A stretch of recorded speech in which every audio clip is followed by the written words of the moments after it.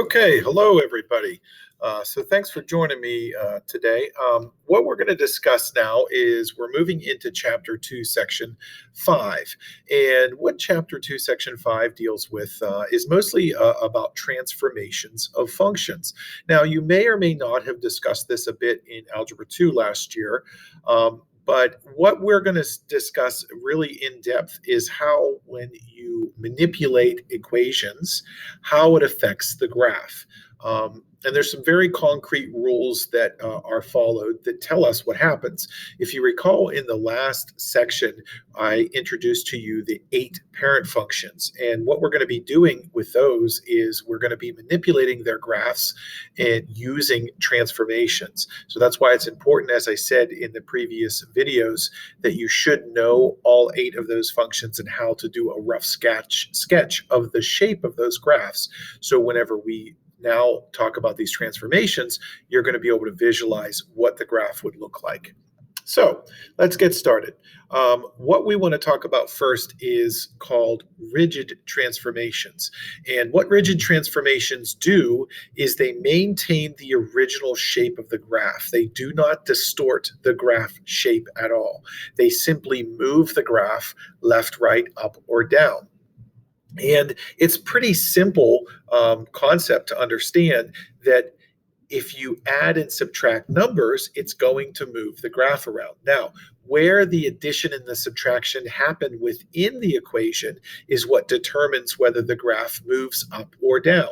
And so what you'll hear me saying over and over again is whether the transformation is inside the function or outside of the function. And you'll kind of start to catch on where that number is. So as an example, if you look at this first one, you can see we have a function h of x equals x squared plus 2. Now, the first thing that you need to realize is that the parent function of this is the function f of x equals x squared. So the shape is going to be the same shape as that graph. Now, what you see in this grayed out region where I'm tracing is this is the shape of f of x equals x squared. It's simply a parabola that is centered at the origin. The vertex is sitting right on the origin. Now, what this plus 2 does right here is this plus 2 takes our parabola from being down at the origin and it moves it up 2. So we would say it's shifting up 2. Now, when you describe a transformation, you need to answer 3 questions. The 3 basic questions that you need to describe are: what am I doing? Which way am I doing it? And then how much? Okay, so what, which way, how much? So in this case, what? It is a shift in which way, up, and how much? By 2. So you would say this is a shift up 2. And the reason why we know it's a shift up is it says plus 2, and this is the key point. The 2 is on the outside. Now, if we had something like this where we had x plus 2 squared, that 2 would be on the inside of the function. So this is where I said in just a minute ago about being inside or outside the function. When the numbers are outside of the function, it affects the graph vertically. And when the numbers are on the inside of the function, it affects the graph horizontally. So you always want to determine where the number is to know which way the transformation is going to happen. So again, in this case, this plus 2 on the outside would be a shift up 2. Okay. Now, if we look at this graph, this is exactly what I just showed you. Now, if you notice on the inside here, there's a minus 2, right? So the parent function is f of x equals x squared. And now we added this additional minus 2 on the inside. Now, here's what you need to know about the transformations. When they are on the outside, they go the way you think they should go. So if it says plus 2, it is going to move the graph up 2. If it says minus 2, it will move the graph down 2. So plus means up, minus means down, vertically. Now, when you look at this, it does say minus 2, and you can see that minus 2 inside there. But if you look at the graph, minus 2 actually moved the graph to the right. And so this would be counterintuitive to at least what the way I would think is if it said minus, you would think you would move to the left, but you don't. So remembering that horizontal movements are opposite of what they look like they should be. So minus actually means to the right, and then plus really means to the left. Okay, so if you can remember those two things, inside is left and right, outside is up and down, and the up and down goes the way you think, and the inside or the left and right goes the opposites, then you will be fine for the first part of these transformations, which are rigid transformations. So again, this kind of quantifies everything that I was saying and explaining about how if the number is inside or outside. You can see this plus c is a constant. C stands for constant. When it's outside of the function, it moves it up or down, and it goes the direction you think. Plus c is up, minus c is down. When it's inside of the function, it does the opposite. It moves it horizontally, but it also moves it the opposite. So minus c means to the right, and plus c means to the left. So that is what we call a rigid transformation. Again, we are maintaining the original shape of the graph. Okay, so what they want us to do is to sketch the graph of the following function. So we have part A says g of x equals x cubed minus 1. So the way that I approach this first is to draw a coordinate plane.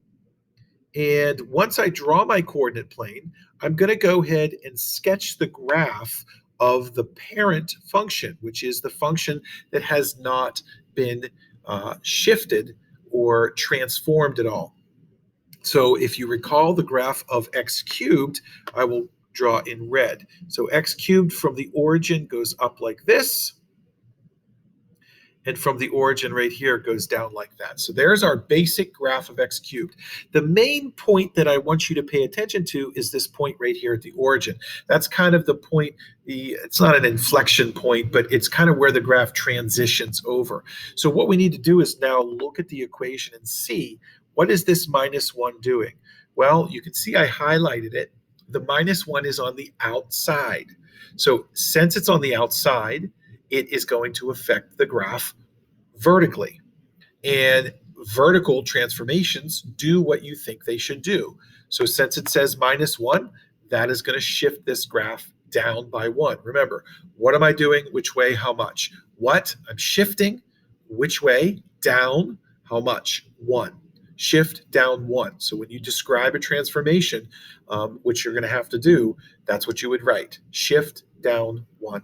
So we would go ahead and take this point, we're going to shift it down 1, and then resketch our graph. And it doesn't have to be perfect. And that's what I want you to know about this. This is about understanding the transformation and then drawing a pretty close graph of the parent function. So there's that one. Now the next one, we'll take a look at this one. I'm going to zoom in so I don't show you the answer. But this one has a couple of transformations going on. Now, when you have more than one transformation, it is important that you do the transformations in the order that they would be performed if you were to put a number in for x. So as an example, if I were to put the number, I don't know, let's pick a number 2 in there. The first thing you would do to that 2 is you would add 2 to it. So what that means then is that's the first transformation you would list if you were listing them. So if you notice, this plus 2 is on the inside of the function now. And remember, inside causes horizontal movements, and they go the opposite way that you think. So the first transformation here is going to be a shift, and it would be to the left because it's plus, and then by 2. So you would write shift left 2. Okay, that's my first transformation because of this plus 2. Now the next one, you can see there's a plus 1 on the outside of the function. Now the plus 1 on the outside is going to affect the graph vertically, and it goes the way you think it should. So when it says plus 1, it's going to move the graph up by 1.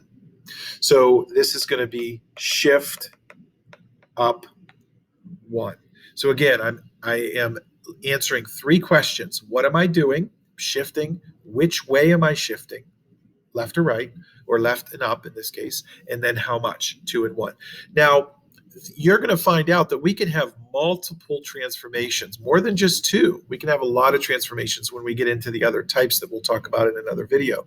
And so it's important that you organize your transformations. And I'm going to show you how I would personally go about graphing something that has multiple transformations. We are actually going to make multiple graphs, and we're going to kind of do these in stages so you can make sense and not get too overwhelmed with all of the transformations as we get more and more of them.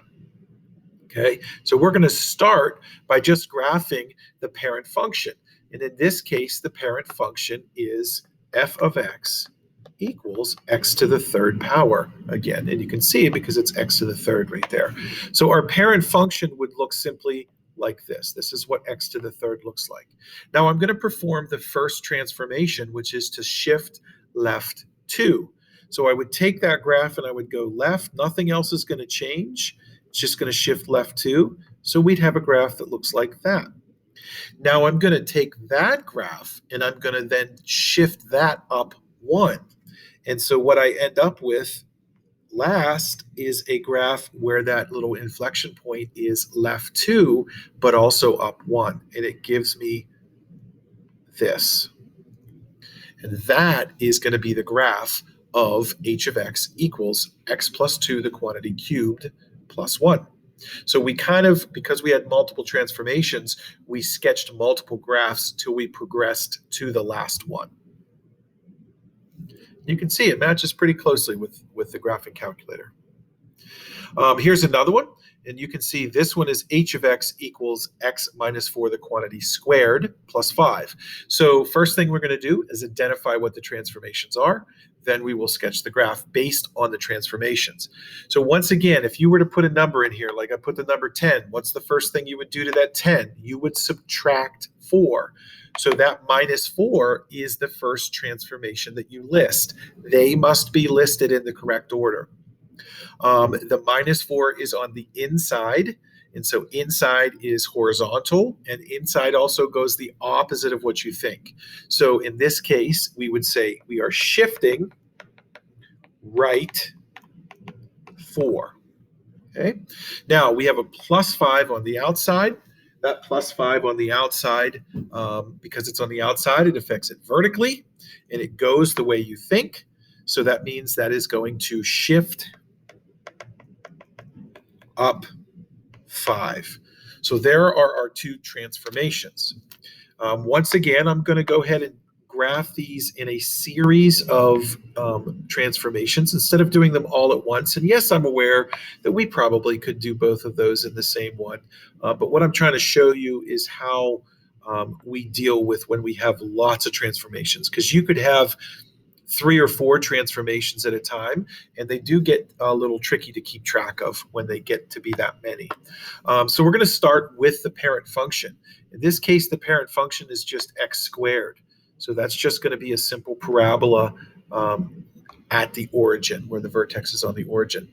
Now from there, we're going to shift that right 4. So 1, 2, 3, 4, and then I'm going to draw my parabola again, just like that. So there is my shift right 4. Now from there, I'm going to take that and I'm going to shift that up 5. So not only do I have to go to the right 4, then I'm going to go up 5 and I'm going to get another dot. So right there would be where the vertex would be. And then I simply sketch the parabola. And it's just a rough sketch. I'm not going to be super picky. I do want this point in the correct place because that's the point we're kind of using to sketch the rest of the graph. So there's how you do part C. And you can see it matches pretty closely with the graph from my graphing calculator. Now, the last one I'm going to show you is an absolute, or not absolute value, excuse me, it's a square root. So again, we're going to write out our transformations first. Then we're going to sketch our graph of our parent function, and then each transformation in steps. So this is the square root of x. The parent function would be f of x equals the square root of x. So we have this plus 1 on the inside. You always go to the inside first and talk about that. So it's on the inside, It affects the graph horizontally, but it does the opposite of what you would think. So since we are adding 1, that would be a shift, and it would be left 1. Okay, so that's what the +1 does. And now you can see this +3, but it's on the outside of the radical. Okay, so it's not underneath, it's not being square rooted. So that would be outside of the function. That moves us vertically, and vertical does what you think. So that would be a shift up 3. So now I'm going to go ahead and sketch a graph of that. So here's my coordinate plane for the parent function. Here will be my coordinate plane for the first transformation. And then here is my coordinate plane for the second transformation. So the first one, if you recall, the parent function starts at the origin and kind of goes up and then sideways like that. So that's what the square root of x looks like, and you should know that off by heart. The next one is we're going to shift that left 1. So that's going to put me right here for the starting graph, still going to go up and over, just like that. Okay. Now the last one, that graph is going to get shifted up 3. So that will put me right here. Once again, we're maintaining the shape of the graph. It doesn't distort or change. There are transformations that will distort the shape of the graph, but shifting is not one of them. And so there's our final answer. And if you look, it matches almost perfectly with the graph from the graphing calculator. All right, guys, that's what I wanted to show you today. So as always, if you have any questions, feel free to email me. Have a great day.